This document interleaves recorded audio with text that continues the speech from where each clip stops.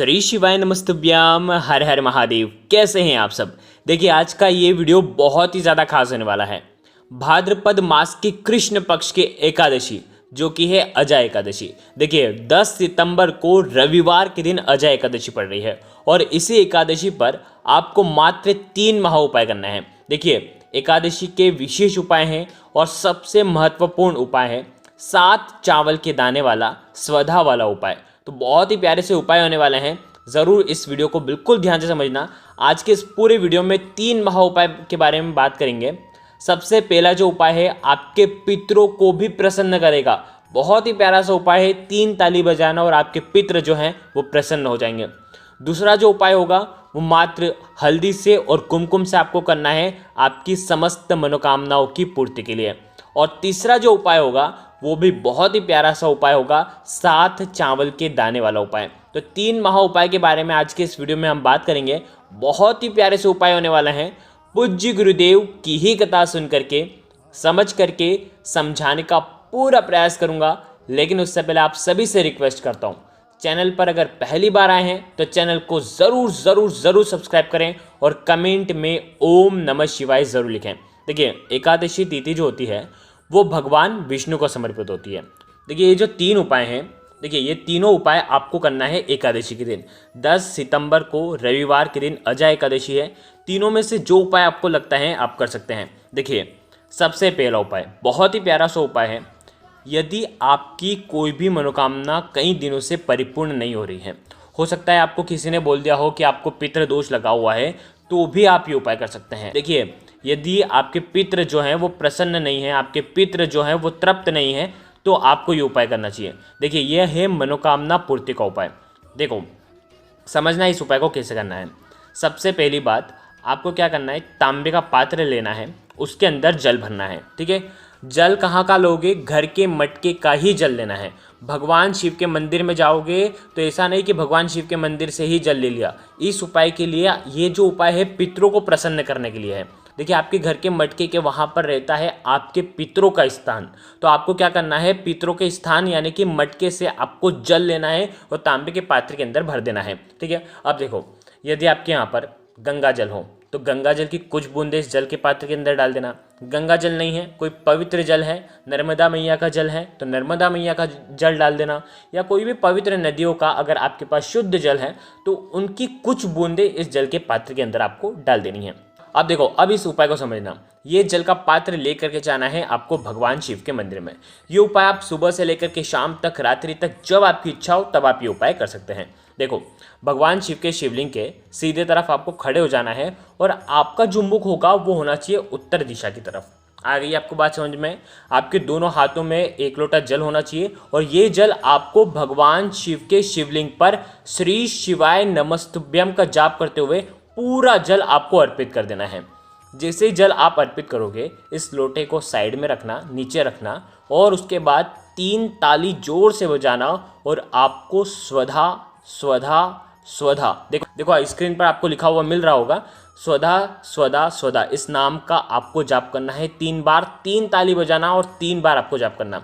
स्वधा बोलना, फिर ताली बजाना, फिर स्वधा बोलना, फिर ताली बजाना, फिर स्वधा बोलना, फिर ताली बजाना और आपकी जो भी विशेष मनोकामना है वो आपको बोल देनी है। आ गई आपको बात समझ में।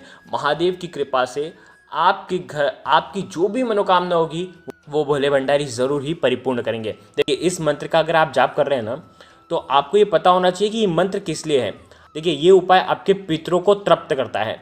100 श्राद्ध का फल आपको एक ही स्वधा मंत्र में आपको मिल जाता है और सभी तीर्थों में स्नान करने का फल भी आपको मिलता है। तो स्वधा स्तोत्र का आप पाठ भी कर सकते हैं। अगर आपके पास समय है तो स्वधा स्तोत्र का पाठ करें, नहीं तो स्वधा स्वधा स्वधा इस मंत्र का 108 बार आपको वहीं पर बैठ करके जाप करना चाहिए।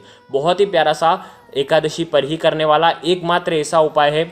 अब देखो दूसरा उपाय, अगर पति पत्नी में बहुत ज़्यादा लड़ाई होती है, पति पत्नी में प्रेम नहीं है और लड़ाई के कारण घर में क्लेश बहुत होता है, गृह क्लेश होता है, यदि आपके घर में भी ऐसी कोई समस्या है तो आपको ये उपाय करना चाहिए। देखो बहुत ही प्यारा सा उपाय है। एक गोल माटी का दीपक ले लेना। ठीक है, एक माटी का दीपक लेना जिसके अंदर आपको गोल बाती लगानी है। आगे आपको पसंद में इसके अंदर आपको डालना है घी। ठीक है, अब आपको क्या करना है, साथ में लेना है 1 चुटकी हल्दी और 1 चुटकी कुमकुम। देखो हल्दी अगर आप खुद पीस सकते हैं ना, तो जो हल्दी आती है ना, हल्दी की गांठ को पीस करके आप हल्दी बना सकते हैं, नहीं तो आप बाज़ार से रेडीमेड हल्दी भी ले करके आ सकते हैं। देखिए देखिए करना क्या है, हल्दी लेना और साथ में लेना है आपको कुमकुम। ठीक है, अब आपको क्या करना है, आप ही के घर में भगवान विष्णु की अगर फोटो है तो उनके सामने आप ये उपाय कर सकते हैं, या भगवान विष्णु के कोई भी अवतार हैं जैसे लड्डू गोपाल हैं, तो आप भगवान श्री कृष्ण के वहाँ पर भी आप ये उपाय कर सकते हैं। देखो करना क्या है, आपको भगवान विष्णु के सामने ये दीपक आपको प्रज्वलित कर देना है। देखो ये उपाय भी आप सुबह भी कर सकते हैं या तो आप शाम को भी कर सकते हैं, लेकिन दिन में आपको ये उपाय नहीं करना है, या तो सुबह कर लीजिए या तो शाम को कर लीजिए। सुबह आप 8 बजे के पहले पहले ये उपाय कर लेना, 8-9 बजे के पहले पहले, नहीं तो आप शाम को 6 बजे के बाद ये उपाय करना। देखो क्या करना है, ये भी उपाय एकादशी के दिन ही करना चाहिए। भगवान के सामने आपने दीपक लगा दिया, आपको 1 चुटकी हल्दी लेना है और उसके बाद ओम नमो भगवते वासुदेवाय का 11 बार जाप करना है, हल्दी लेना है पहले, ठीक है। और उसके बाद भगवान विष्णु का जो सीधा पैर होगा ना, ठीक है, सीधे पैर के वहाँ पर भगवान विष्णु का सीधा पैर देखना, ठीक है, वहाँ पर आपको ये हल्दी डाल देनी है, उनके चरणों में हल्दी अर्पित कर देनी है। आ गई आपको बात समझ में। अब आपको क्या करना है, कुमकुम लेना है और वापस से ओम नमो भगवते वासुदेवाय का जाप करना है और उल्टे पैर में आपको कुमकुम अर्पित कर देना है। हल्दी और कुमकुम दोनों आपको अर्पित करना है और उसके बाद आपके घर के क्लेश दूर हो ऐसी आपको प्रार्थना करना है। बहुत ही प्यारा सा उपाय है, केवल आपको घर पर करना है और आपकी सारी समस्या निश्चित ही इस उपाय से दूर हो जाएगी। तो देखो ये हो गया दूसरा उपाय। अब हम बात कर लेते हैं सबसे महत्वपूर्ण उपाय की, यानी कि तीसरे उपाय की। देखो ये उपाय भी बहुत ही ज़्यादा खास होने वाला है। कैसी भी मनोकामना हो, माता अशोक सुंदरी की कृपा से आपकी वो मनोकामना परिपूर्ण होकर ही रहेगी। बहुत ही प्यारा सा उपाय है। देखो करना क्या है, देखिए सबसे पहले हम सामग्री समझ लेते हैं। आपको लेना है 7 चावल के दाने, 7 चावल के दाने, और चावल के दाने खंडित नहीं होने चाहिए, ठीक है। साथ में लेना है 1 चुटकी आपको पीला चंदन ले सकते हैं, या तो आप केसर भी ले सकते हैं। अब देखो क्या करना है, ये 7 चावल के अंदर आपको पीला चंदन जो है, सूखा पीला चंदन होगा, उसके अंदर थोड़ा सा जल मिला करके पीले चंदन को आपको चावल के ऊपर लेपना है। जो चावल होंगे वो पीले हो जाएंगे। अगर आप केसर ले रहे हैं तो केसर को घिस करके उसका जो जल है वो आपको चावलों के ऊपर डाल देना है। कहने का मतलब ये है, आप या तो चावल के ऊपर केसर का पानी डाल दीजिए या तो पीले चंदन का लेपन कर दीजिए, दोनों में से एक करना है, यानी कि चावल को आपको पीला करना है, ठीक है। अब साथ में लेना है 7 हरे मूंग के दाने, 7 हरे मूंग के दाने, ये भी साबुत होने चाहिए, खंडित नहीं होने चाहिए। आ गई इतनी बात आपको समझ में। अब आपको लेना है 7 बेलपत्र। अब देखो बेलपत्र की इतनी परेशानी होती है कि बेलपत्र बहुत सारे लोगों को मिलते नहीं हैं, तो भगवान शिव के मंदिर में चल जाना और वहाँ पर चढ़े हुए बेलपत्र को उठाना और शुद्ध जल डाल करके वापस से आप उपयोग में ले सकते हो, पूर्ण वो ही फल प्राप्त होता है। तो 7 बेलपत्र बिना कटे फटे लेना है, खंडित नहीं होने चाहिए, ठीक है। साथ में लेना है 1 गोल बाती का दीपक।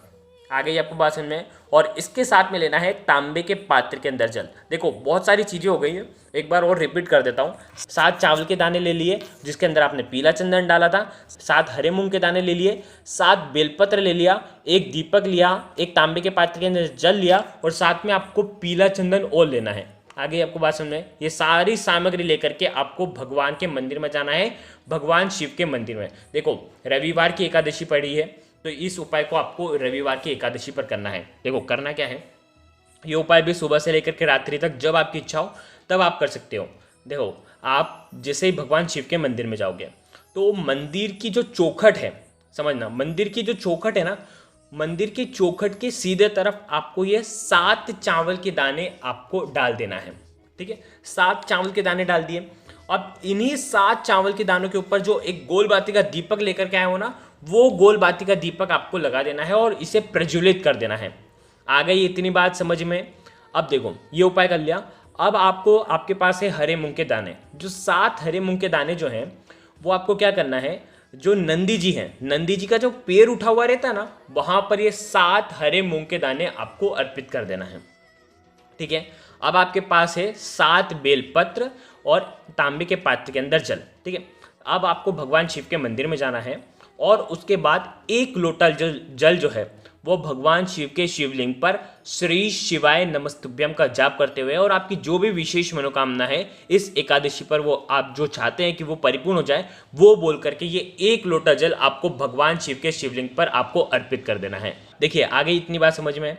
अब देखो आपके पास है 7 बेलपत्र, 7 बेलपत्र, ठीक है। अब आपको क्या करना है, ये बेलपत्र की जो 7 बेलपत्र हैं इनमें 3-3 पत्तियां हैं, हर एक बेलपत्र में 3 पत्तियां हैं। इन तीनों पत्तियों पर आपको पीला चंदन लगाना है और एक एक टिकी लगाना है, मात्र एक एक टिकी तीनों पत्तों पर लगा देना। इस प्रकार से आपको 7 बेलपत्र पर आपको टिकियां लगानी है।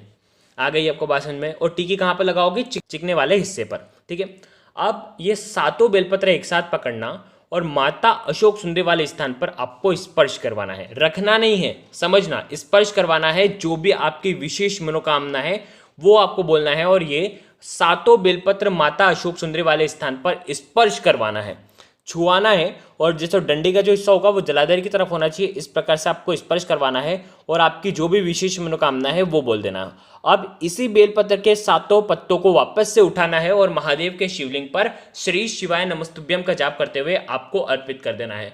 बस इतना सा उपाय करना है, बस इतनी सी क्रिया करनी है और आपकी जो भी विशेष मनोकामना है वो आपको महादेव जी के सामने आपको बोल देना है।